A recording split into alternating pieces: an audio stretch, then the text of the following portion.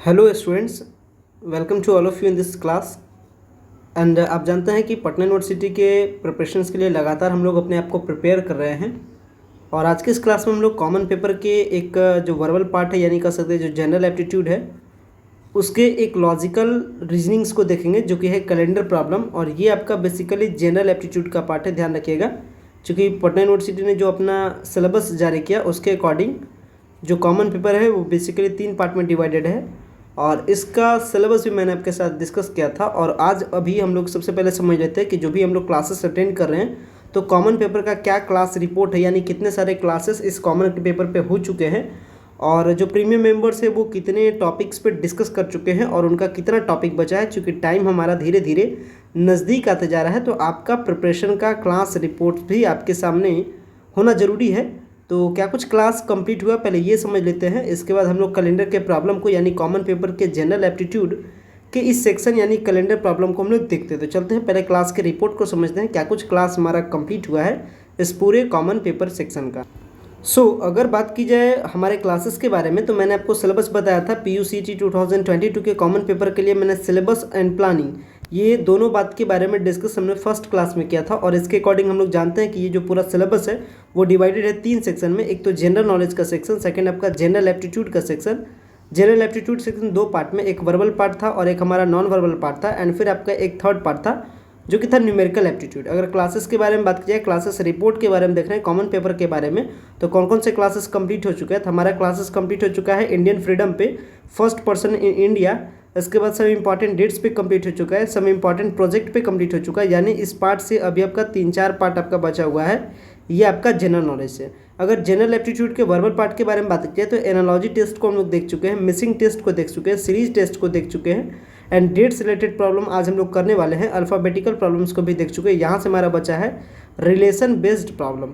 आगे बढ़ते हैं। अगर नॉन वर्बल पार्ट, तो नॉन वर्बल के पार्ट में जो फिगर सीरीज प्रॉब्लम है, मिसिंग प्रॉब्लम है, एनालॉजी बेस्ड है, क्लासिफिकेशन बेस्ड है, इसके सारे प्रैक्टिसेस को हम लोग कंप्लीट कर चुके हैं। और इस पे जो करने की ज़रूरत है वो है आपका प्रैक्टिस। एंड मैं लगातार आपको बता रहा हूँ कि तमाम सारे प्रॉब्लम्स में सबसे बेस्ट स्कोरिंग का जो प्रोसेस है वो आपका प्रैक्टिस है।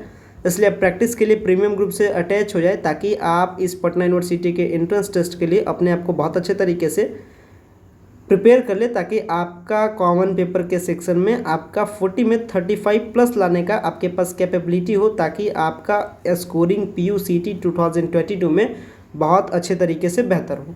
अगर बात की न्यूमेरिकल एप्टीट्यूड के सेक्शन में, तो डायरेक्शन बेस्ड प्रॉब्लम को हम लोग देख चुके हैं, मैथमेटिकल बेस्ड प्रॉब्लम को देख चुके हैं, सिंप्लीफिकेशन देख चुके हैं। इसके बाद हम लोग प्रॉफिट एंड लॉस के पार्ट को देख चुके हैं। और ये हमारा जो न्यूमेरिकल पार्ट है इससे भी हमारा 3-4 पार्ट बचा है, यानी कह सकते हैं 3-4 टॉपिक हमारा न्यूमेरिकल पार्ट से बचा है। इसके बाद 2 टॉपिक आपका बचा है जनरल एप्टीट्यूड से, एंड फिर आपका 3-4 टॉपिक आपका बचा है। मतलब ऑल ओवर कह सकते हैं कि आपको 8 से 7-8 से क्लास रिक्वायर है। और मेरा जो टारगेट है वो टारगेट भी था, एंड अभी भी जो एक्सपेक्टेड जो सिचुएशंस है उसके अकॉर्डिंग जो आपका जो एग्जामिनेशंस का डेट है वो अभी भी चांसेस है कि डेट एक्सटेंड हो। बट फिर भी अपडेट एक्सटेंशंस को लेकर के आपको नहीं सोचना चाहिए। और जो ऑल ओवर जो क्लासेस है वो सारे क्लासेस आपको लास्ट ऑफ द जून आपका एंड कर जाएगा। इसके बाद मैं आपको बार बार बता रहा हूँ, जो भी स्टूडेंट्स प्रीमियम फैसिलिटी अभी तक ले चुके हैं या अभी भी जो लेना चाहते हैं वो ले सकते हैं। और इससे क्या होगा कि जब 1 जुलाई में हम लोग एंट्री करेंगे तो फिर हम लोग पटना यूनिवर्सिटी के एक्सपेक्टेड क्वेश्चन के सेट को हम लोग बनाएंगे। जैसे पटना यूनिवर्सिटी 100 क्वेश्चन पूछेगी, जिसमें आपका 40 कॉमन पेपर का और 60 आपका इलेक्टिव पेपर का। तो ये सारे प्रैक्टिसेस का हम लोग प्रैक्टिस करेंगे और एटलीस्ट हम लोग 10 सेट का प्रैक्टिस करेंगे। तो ऑल ओवर कर सकते हैं हम लोग कम से कम 1000 क्वेश्चन का प्रैक्टिस कर चुके होंगे, जिससे कि क्या होगा, हमारा प्रैक्टिस अगर बहुत ज़्यादा बेहतर होगा तो वो हमारे लिए बहुत ज़्यादा बेनिफिशियल होगा। और मैं आपको ये भी बता रहा हूँ कि जो तमाम सारे PDF है, PDF आपको रेस्पेक्टेड ग्रुप में भेज दिया जा चुका है, इसके प्रैक्टिस सेट भेज दिए जा चुके हैं। तो अगर अभी तक आप प्रीमियम से नहीं जुड़े हैं तो प्रीमियम से जुड़ जाइए, ताकि आप भी इस PDF और प्रैक्टिस सेट का बेनिफिट उठा सकते हैं और PUCT 2022 के लिए अपने आप को बेहतर कर सकते हैं। तो चलिए चलते अपने क्लास को स्टार्ट करते हैं। और आज के क्लास में हम लोग देखेंगे डेट रिलेटेड प्रॉब्लम, यानी कैलेंडर रिलेटेड कुछ प्रॉब्लम को देखेंगे और उस प्रॉब्लम्स को कैसे डील करते हैं, क्या कुछ उसका कॉन्सेप्ट होता है, ये सारे कॉन्सेप्ट पे हम लोग फोकस करेंगे। डेट्स रिलेटेड जो कंटेंट है इसके लिए मेरे पास PDF है, और इसका इंग्लिश मीडियम का PDF और हिंदी मीडियम का PDF दोनों PDF ग्रुप में भेज दिया जा चुका है। अभी मैं आपको ट्रिक्स एंड कॉन्सेप्ट दोनों चीज़ बता दे रहा हूँ। इसके बाद इस पे बेस्ड कुछ प्रॉब्लम्स को देखेंगे और इसके बाद इसके प्रॉब्लम्स का प्रैक्टिस करने के लिए आपको ग्रुप में क्वेश्चन सेट आपको भेज दिया जा चुका है, तो आप क्वेश्चन का प्रैक्टिस करेंगे। सबसे पहली बात, कैलेंडर से रिलेटेड कुछ प्रॉब्लम्स को समझने के लिए सबसे पहले कुछ बेसिक बात को समझना है। सबसे पहले डेज के बारे में समझ लीजिए। तो इन द वीक आपका 7 डेज होता है, जो कि आप जानते हैं संडे, मंडे, ट्यूसडे, वेडनेसडे, इसके बाद आपका थर्सडे, फ्राइडे एंड सैटरडे। इसके बाद ये भी बात समझ लीजिए कि इन कैलेंडर में मेंशन आपका मंथ का भी होता है, जो कि एक साल में 12 मंथ होते हैं, जो कि जनवरी, फरवरी, मार्च, अप्रैल, मई, जून, जुलाई, अगस्त, सितंबर, अक्टूबर, नवंबर एंड दिसंबर होता है। उसके बाद अगर आगे बढ़ते हैं कॉन्सेप्ट में, तो बात का ध्यान रखना यहाँ से डेज के बारे में थोड़ा सा ध्यान रखिएगा कि किस महीने में कौन सा डेज होता है। तो जनवरी, मार्च, मई, जुलाई, अगस्त, अक्टूबर, दिसंबर, ये आपका 31 डेज का होता है, यानी 31 दिन का। इसके बाद अप्रैल, जून, सितंबर, नवंबर महीने आपका 30 दिन का होता है, और फरवरी में आपका 28 या 29 दिन का होता है। ये डिपेंड करता है कि ईयर आपका लीप ईयर है या फिर आपका ऑर्डिनरी ईयर है। कैसे आपको पता करना होता है कि कौन सा ईयर लीप है, कौन सा ईयर ऑर्डिनरी ईयर है। ऑर्डिनरी ईयर करने का मतलब 365 दिन का, और लीप ईयर करने का मतलब 366 दिन का। बात आपको याद रखने वाली है कि ऑर्डिनरी ईयर और लीप ईयर के बीच में 4 ईयर का गैप होता है, यानी हर 4 साल बाद आपका लीप ईयर रिपीटेड होता है। एंड जो ईयर, यानी मान लेते हैं लेटर सपोज 2016, जो ईयर 4 से डिवाइडेड हो जाता है वो समझ लीजिए लीप ईयर है। एंड जो ईयर 4 से आपका डिवाइडेड नहीं होता, जैसे 2015, आप इसे अगर आप डिवाइड कीजिएगा तो ये आपका 4 से डिवाइडेड नहीं होगा। इसका मतलब 2015 कैसा है, ऑर्डिनरी ईयर है, यानी आपका सामान्य वर्ष है। और अगर आपका डिवाइडेड हो जाता है then we can say that 2016 आपका कैसा है, लीप ईयर है। तो इस तरीके से leap year and ordinary year के बारे में पता करते हैं। ध्यान रखिएगा, लीप ईयर में जो आपका जो मंथ ऑफ आपका फरवरी है वो आपका 29 दिन का होता है, एंड नॉर्मली आपका 28 दिन का होता है। ये लीप ईयर के बारे में मैंने आपको बता दिया, ये ऑर्डिनरी ईयर के बारे में बता दिया। अब आगे समझिए, जो आपका शताब्दी वर्ष होता है, यानी जो सेंचुरी ईयर होता है, वो आपका 400 से जो ईयर डिवाइडेड होता है, जैसे आपका बात की जाए 2000, तो 2000 आपका कैसा है, ये आपका शताब्दी वर्ष है। तो शताब्दी वर्ष जो आपका 400 से डिवाइडेड हो वो आपका हो जाएगा शताब्दी वर्ष। अब जो सबसे इंपॉर्टेंट है वो समझने का यहाँ से ऑड डे, यानी जो न्यूमेरिकल जो प्रॉब्लम होता है, यानी जो वर्बल रीजनिंग का जो प्रॉब्लम होता है on the basis of calendar, वो प्रॉब्लम सॉल्व होता है ऑड डे के कॉन्सेप्ट से। अब ये ऑड डे होता क्या है इसे समझिए। जैसे अगर बात की जाए इन मंथ ऑफ अगर जनवरी के बारे में, तो जनवरी आपका 31 दिनों का जनवरी होता है, और 31 दिनों में आपका 4 वीक होता है सिंपली। तो 4 वीक में अगर आपको इसको कैलकुलेट कीजिएगा तो 31 में आपका 4 वीक हो जाएगा, तो 7 चौके 28 दिन। इसके बाद जो दिन बचा वो आपका कितना दिन बचा, 3 दिन। 3 दिन, यही जो 3 दिन बचता है इसी को हम लोग क्या कहते हैं, ऑड डेज कहते हैं। तो ऑड डेज करने का मतलब है कि वीक कंप्लीट होने के बाद जो जितना डेज बच जाता है उसको हम लोग ऑड डेज कहते हैं। जैसे in the month of January odd days क्या हमारा 3 है, इसे हम लोग कहते हैं विषम दिन या फिर ऑड डेज, और इसी के कॉन्सेप्ट के कारण प्रॉब्लम सॉल्व भी होता है। तो ऑड डेज निकालने के लिए समझ जाइएगा, जब भी आपको ऑड डेज निकालने के बारे में बताया जाए तो आप 7 से डिवाइड दीजिएगा, जितना भी रिमाइंडर बच जाता है वो आपका क्या कहलाएगा, ऑड डेज कहलाएगा, और इसी ऑड डेज से हमारा प्रॉब्लम सॉल्व होता है। अब देखिए प्रॉब्लम कैसे सॉल्व होगा। तो मेथड्स ऑफ सॉल्विंग प्रॉब्लम्स में पहली बात ध्यान रख लीजिएगा कि जब भी आपको कुछ प्रॉब्लम्स दिया रहे तो उसमें आपको ईयर निकालने के लिए उसका आना चाहिए, यानी ईयर आपको निकालने के लिए ध्यान रखिएगा जो भी ईयर 2000 से कम हो। ध्यान रखिएगा जब भी आपको प्रॉब्लम्स बेसिकली 2 टाइप का, एक तो 2000 से कम और एक 2000 से ज़्यादा। अगर जब भी आपको 2000 से कम का प्रॉब्लम हो, जैसे लेटर सपोज 1999 रहे, तो आप इसमें ईयर क्या मानिएगा, 99 मानिएगा। इस तरीके से प्रॉब्लम को सॉल्व कीजिएगा, यानी आपको क्या करना है, दहाई अंक तक यानी 10th पोजीशन तक आप उसे ले लीजिएगा, जैसे इस केस में 99। और अगर आपका 2000 से प्लस हो तो आप इसमें क्या कीजिएगा, जैसे अगर बात की जाए 2001 के बारे में, तो 2001 के बारे में बात किया तो आपका काम क्या है कि यूनिट पोजीशन को ले लेना और उसमें क्या करना, 100 ऐड कर देना। यानी इस केस में कितना हो जाएगा, ईयर आप इसे समझिएगा 2001 का मतलब समझिएगा 101। इस तरीके से आप कॉन्सेप्ट को अप्लाइएगा। 19 यानी 2000 से कम के लिए भी मैंने कॉन्सेप्ट आपको बता दिया, 2000 से प्लस के लिए भी कॉन्सेप्ट बता दिया। साथ में कुछ आपको कोड याद रखिएगा, कुछ आपका कोड याद रखना है मंथ के लिए, कुछ कोड याद रखिएगा जो कि प्रॉब्लम को सॉल्व करने में आपको सपोर्ट करेगा। जैसे जनवरी का कोड 0, फरवरी का कोड 3, मार्च का कोड 3, अप्रैल का कोड 6, मई का कोड 1, जून का कोड 4, जुलाई का 6, अगस्त का 2, सितंबर का 5, अक्टूबर का 0, नवंबर का 3 एंड आपका दिसंबर का 5। ये आपका कोड का यानी ये मंथ का कोड है, मंथ का कोड ध्यान रखिएगा। एंड अगर बात की जाए दिन का कोड के बारे में, तो दिन का कोड कुछ इस तरीके से, रविवार को 0, सोमवार 1, मंगलवार 2, बुधवार 3, गुरुवार आपका 4, शुक्रवार 5 एंड आपका शनिवार 6। ये आपका डेज का कोड है। अब समझिए जो मैक्सिमम जो क्वेश्चंस जो इस यूनिवर्सिटी के टेस्ट में पूछा जाता है वो पूछा जाता है डेट का डे बताना। जैसे आपको क्वेश्चन पूछा जा रहा है कि 12 जून 1987 को कौन सा दिन होगा, ये आपको प्रॉब्लम पूछा जा रहा है कि 12 जून 1987 को कौन सा दिन होगा। यानी डेज के बारे में आपको क्वेश्चन अक्सर पूछे जाते हैं और यही आपका बेसिक क्वेश्चन पटना यूनिवर्सिटी के टेस्ट में भी पूछा जाता है।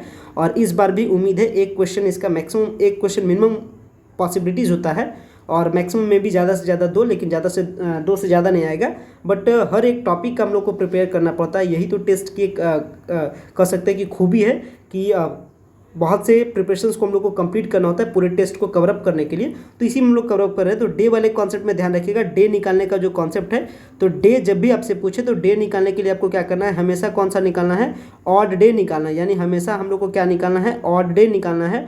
और ऑड डे का मैंने अभी आपको डिस्कस किया था, तो ऑड डे आपको निकालने के लिए आना चाहिए। तो जब भी आपको कोई डेट दिया रहे तो डेट पे ऑड डे निकालने का कॉन्सेप्ट क्या होता है समझ लीजिए। किसी भी डेट के लिए ऑड डे निकालने का कॉन्सेप्ट है वर्ष की संख्या। जैसे यहाँ पे क्वेश्चन है क्या है, 1997 के बारे में कहा जा रहा है, तो यहाँ वर्ष क्या हो जाएगा आपका 97 प्लस वर्ष की संख्या फिर से आप लिख दीजिएगा, उसमें क्या कीजिएगा 4 से डिवाइड कीजिएगा, ध्यान रखिएगा। और प्लस में फिर आपको करना है महीने का कोड लिखना है। और महीने का कोड भी मैंने आपको बताया था अभी ऊपर में। तो जैसे यहाँ मंथ कौन सा है, जून है, तो जून के लिए कोड क्या हो जाएगा 4। यहाँ समझिएगा ध्यान से। जैसे इसका जो कॉन्सेप्ट है वो आपका लिख देना है आपका ईयर, इसके बाद आपको लिखना है ईयर के बाद क्या लिखना है, ईयर में डिवाइड करना है 4 से, एंड प्लस क्या करना है फिर महीने का कोड लिखना है। जैसे यहाँ पे क्या था हमारा 1987 है, तो 1987 के लिए हमारा ईयर क्या हो जाएगा 87, महीने का कोड क्या हो जाएगा हमारा 4, एंड तारीख हमारा कौन सा है, यानी डेट कौन सा है आपका 12। इसको हमको डिवाइड क्या कर देना है, पूरे कैलकुलेशन को 7 से डिवाइड करना है। जैसे यहाँ समझ सकते हैं, जैसे हमारा है 12 जून 1987 के लिए हमको पूछा गया है कि दिन कौन सा पड़ेगा। तो 12 जून 1987 के लिए वर्ष की संख्या यानी ईयर कौन सा हो गया, तो 87, महीने का कोड जून है, जून के लिए कोड मैंने अभी आपको ऊपर में बताया था क्या हो गया 4, डेट आपका क्या है 12। तो अगर इसके बारे में पूछा जाए तो ऑड डेट इसके लिए क्या हो जाएगा, तो 87 यानी ईयर प्लस ईयर को डिवाइड कर देना है 4 से, एंड प्लस फिर आपका लिखेगा मंथ का कोड, एंड प्लस फिर क्या लिखेगा आप जो आपका डेट है। इसके बाद सबको क्या कर देना है 7 से आपको डिवाइड कर देना। जैसे यहाँ पे आपका हो गया ईयर आपका हो गया 87, इसके बाद फिर से क्या करना है ईयर को 4 से डिवाइड करना है, फिर क्या करना है आपको लिखना है मंथ का कोड, तो मंथ का कोड 4, इसके बाद क्या करना है डेट, तो डेट लिख देना है 12, और पूरा को क्या कर लेना है आपको 7 से डिवाइड करना है। ये कॉन्सेप्ट काम करता है, ध्यान रखिएगा। ईयर बाई 4 प्लस मंथ का कोड एंड आपका डेट, इसके बाद डिवाइड कीजिएगा 7 से। अगर आप इस फॉर्मूला को अपनाते हैं तो आपका क्या निकल जाएगा, ऑड डे निकल जाएगा। जैसे इस केस में हमने कैलकुलेट किया तो पाया क्या गया कि जब आप इसको डिवाइड करते हैं यानी 87, इस कैलकुलेशन को जब आप कंप्लीट करते हैं तो आपका जो डेट मिला यानी जो आपका ऑड डे मिला वो मिला, आपका आंसर मिला 5, यानी ऑड डे बराबर क्या मिला 5। और आप जानते हैं कि अगर आपको 5 ऑड डे मिले इसका मतलब कौन सा डेट होगा, शुक्रवार होगा। तो इस तरीके से कॉन्सेप्ट को अपनाते हैं और पता करते हैं कि वो स्पेशल डे में कौन सा आपका वो डेट पड़ा होगा। तो ये बेसिक क्वेश्चन है आपका रिलेटेड टू द डेट्स यानी कैलेंडर प्रॉब्लम में, इसे आप ध्यान से समझिएगा। आगे कुछ और बेसिक बात के बारे में अगर आगे कुछ और प्रॉब्लम्स के बारे में अंतर किया जाए, सीधा सीधी समझिएगा एग्जाम्पल से। प्रॉब्लम यहाँ पे सेकंड टाइप है। प्रॉब्लम में बताया जा रहा है कि आपको पता करना, जैसे यहाँ पे क्वेश्चन है 10 फरवरी 2003 को, यानी 10 फरवरी 2003 को सोमवार था, तो आपको पूछा जा रहा है कि 17 जुलाई 2003 को कौन सा दिन होगा। यानी अगर आपको प्रॉब्लम में सेम ईयर दिया रहे, जैसे यहाँ पे देख सकते हैं सेम ईयर है बट डेट और मंथ आपका डिफरेंट है, तो अगर आपसे पूछा जाए कि कौन सा डे पड़ेगा तो इसमें भी आपको क्या निकालना है, हमेशा ऑड डे निकालना होता है। जब भी कैलेंडर का प्रॉब्लम बनता है तो सबसे पहले आपको ऑड डे निकालना है। तो इसके बारे में इस दोनों के बीच में हमको जब पता करना है इसमें आपको कौन सा दिन पड़ेगा, यानी 17 जुलाई 2003 को कौन सा दिन पड़ेगा, इसके लिए हमको क्या करना है, दोनों के बीच में ऑड डे निकालना है। तो जैसे यहाँ निकालना स्टार्ट करते हैं। 10 फरवरी 2003 की कहानी है, इधर आपका क्या है 17 जुलाई 2003 की कहानी है, तो दोनों के बीच में कितना दिन हुआ पहले हम लोग ये पता करेंगे। तो इसमें क्या हो जाएगा, कौन सा ये 2003 कैसा है, 2003 आपका लीप ईयर नहीं, यानी आपका 28 दिन का फरवरी होगा। 28 में 10 आपका सब्ट्रैक्ट करते हैं, ये फरवरी का दिन, मार्च आपका 31, अप्रैल आपका 30, मई आपका 31, जून आपका 30 और जुलाई आपका क्या हो गया 17। पता करते हैं टोटल दिन के बारे में, यानी दोनों के बीच में कितना डेज है, तो टोटल है आपका 157 डेज, यानी 10 फरवरी 2003 से लेकर के 17 जुलाई 2003 के बीच में सेम ईयर के लिए ये ट्रिक से ध्यान रखिएगा। तो आपका डेज कितना हो गया 157 डेज, और अगर आप इसे 7 से डिवाइड करते हैं तो आपको पता चलता है इसके बीच में ऑड डेज कितना है 3 दिन का क्या है हमारा ऑड डेज है, 3 दिन का ऑड डेज है। बात की हम लोग को बताया गया था 10 फरवरी के बारे में। 10 फरवरी कौन सा दिन था? सोमवार। तो 3 दिन के बाद यानी 3 दिन अगर आप अटैच करते हैं तो सोमवार के बाद जब 3 दिन आप अटैच कीजिएगा तो आपको आंसर क्या मिलेगा? गुरुवार, यानी आपको आंसर क्या मिलेगा? थर्सडे। तो इस तरीके से सेम डेट, यानी अगर आपको डेट दे दिया रहे एंड आपको साल अगर सेम रहे और डेट और मंथ डिफरेंट रहे तो इस कॉन्सेप्ट को अपना करके आप उस दोनों के बीच में दिन के बारे में पता कर सकते हैं। ओवरऑल कहा जाए तो कैलेंडर के प्रॉब्लम में हमेशा डेज को ही पता करना होता है कि वो कौन सा दिन पड़ा होगा, यही आपका मेन प्रॉब्लम आपको पता करना होता है। आगे बढ़ते हैं कुछ और कॉन्सेप्ट में। अगर कॉन्सेप्ट में आगे बढ़े तो यहाँ पे प्रॉब्लम है कि अगर आपको मान लेते हैं, अभी मैंने आपको बताया कि अगर आपका डेट और मंथ दोनों सेम रहे, नेक्स्ट क्वेश्चन में क्या है? डेट एंड मंथ आपका सेम है, यानी अभी पिछला क्वेश्चन में आपने देखा था कि ईयर सेम है और डेट और मंथ क्या था? डिफरेंट था। लेकिन अब के क्वेश्चन में क्या है कि ईयर आपका डिफरेंट है एंड आपको डेट आपका क्या है? सेम है। तो इस टाइप के जब भी आपको प्रॉब्लम मिले तो इसके लिए सबसे बेसिक कॉन्सेप्ट क्या है कि उसके बीच में हमेशा क्या निकालना? ऑड डेज निकालना है। तो ऑड डेज कैसे निकालते हैं? अगर आपका क्या है क्वेश्चन 1 जनवरी 1911 को अगर आपका वेडनेसडे यानी बुधवार है तो आपको बताना है 1 जनवरी 1971 को कौन सा दिन होगा। तो ऐसे प्रॉब्लम में करने के लिए क्या निकालते हैं? ऑड डेज निकालते हैं। तो सीधा सीधा हम लोग ऑड डेज इस तरीके से निकालेंगे, चूंकि दोनों का क्या है डेट एंड आपका मंथ सेम है तो हम लोग ईयर में कैलकुलेशन करेंगे। तो यहाँ आपका क्या है 1911, यहाँ क्या है आपका 1971। तो इसमें हम लोग कॉन्सेप्ट अपनाते हैं 1971, यहाँ पे करेंगे फाइनल, यानी अंतिम वर्ष, यानी जो लास्ट का ईयर आपका 1971 स्टार्टिंग प्लस उनके बीच में कुल लीप वर्ष को डिवाइड कर देना है। किससे? हमको 7 से डिवाइड करना है। जैसे इस केस में आपका 1971 था तो 1971 घटा में 1911 और प्लस दोनों के बीच में लीप ईयर कितना होगा? 15 साल का लीप ईयर होगा। लीप ईयर मैंने आपको बताया जो ईयर 4 से डिवाइड हो जाए वो आपका क्या कहलाएगा? Leap year. और उसको डिवाइड कर देना है 7 से। जैसे इसमें मैंने डिवाइड किया 7 से तो पता चला कि इसमें जो आपका ऑड डेज आ रहा है वो ऑड डेज क्या आ रहा है? 5 आ रहा है। और आप जानते हैं कि 5 किसका आंसर होता है? 5 आपका शुक्रवार का यानी आपका फ्राइडे का होता है। इस तरीके से प्रॉब्लम को डील करते हैं। तो फर्स्ट सीरीज में पहले आपको मैंने बताया कि किसी भी डेट के लिए आपको कैसे निकालना है आपको डेज। सेकेंड टाइप में मैंने आपको बताया कि अगर आपका सेम डेट रह जाए, अगर आपको सेकंड में मैंने आपको बताया कि अगर डिफरेंट डेट और मतलब जैसे प्रॉब्लम क्या था, जैसे 2 जून 2003 मान लेते हैं, 2 जून 2003 और यहाँ पे प्रॉब्लम है 4 जून 2003 को, यानी अगर ईयर आपका सेम रहे तो दोनों के बीच में पूछा जाए, इसका डेट इसका दिन आपको बता दिया जाए, यानी इसका डे आपको बता दिया जाए, तो उसी ईयर के किसी दूसरे डेट के डे के बारे में पूछा जाए तो वो कॉन्सेप्ट हमने सीखा। इसके बाद सीखा अगर आपका डेट और मंथ अगर सेम है और ईयर अगर आपका डिफरेंट है तो कैसे पता करते हैं। नेक्स्ट प्रॉब्लम में देखिए, यहाँ पे आगे का प्रॉब्लम में, आगे के प्रॉब्लम में देखते हैं। अगर आपका यहाँ पे नेक्स्ट प्रॉब्लम को समझते हैं।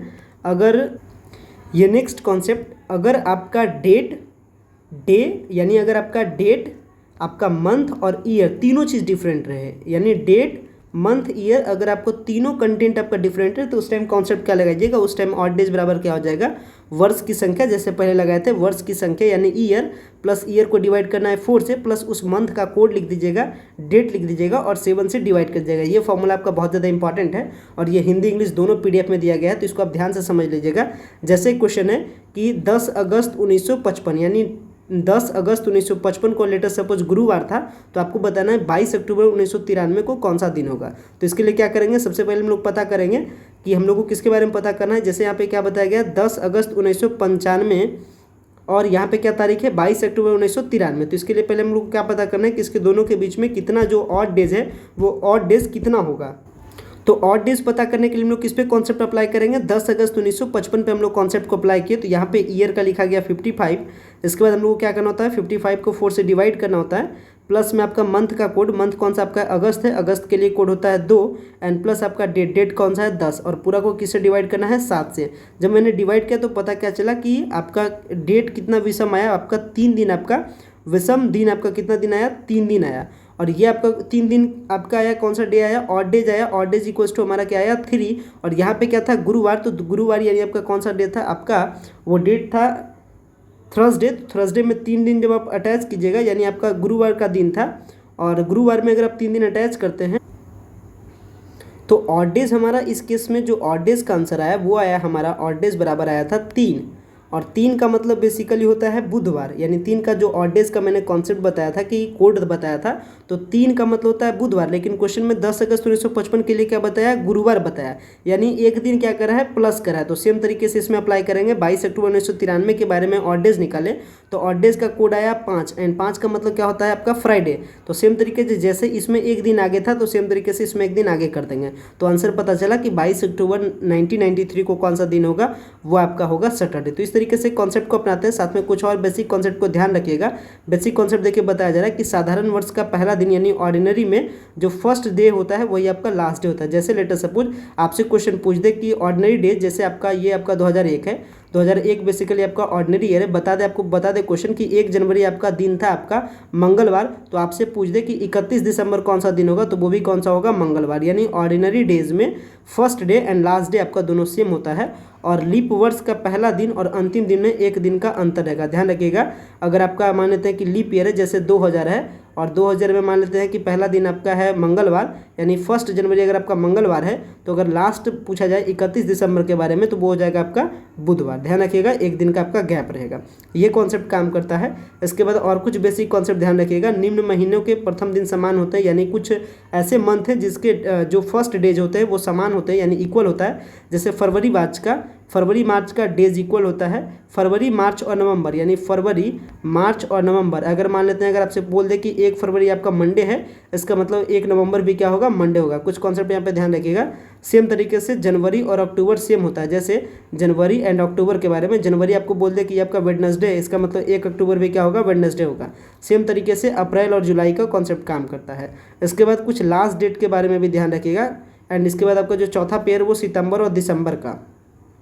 कुछ लास्ट डेज के बारे में भी कॉन्सेप्ट याद रखिएगा। जैसे जनवरी फरवरी एंड आपका अक्टूबर, इसका लास्ट डेज होता है सेम होता है। जैसे 31 जनवरी अगर आपका मंडे है, इसका मतलब कि आपका 28 फरवरी भी क्या होगा, आपका मंडे होगा।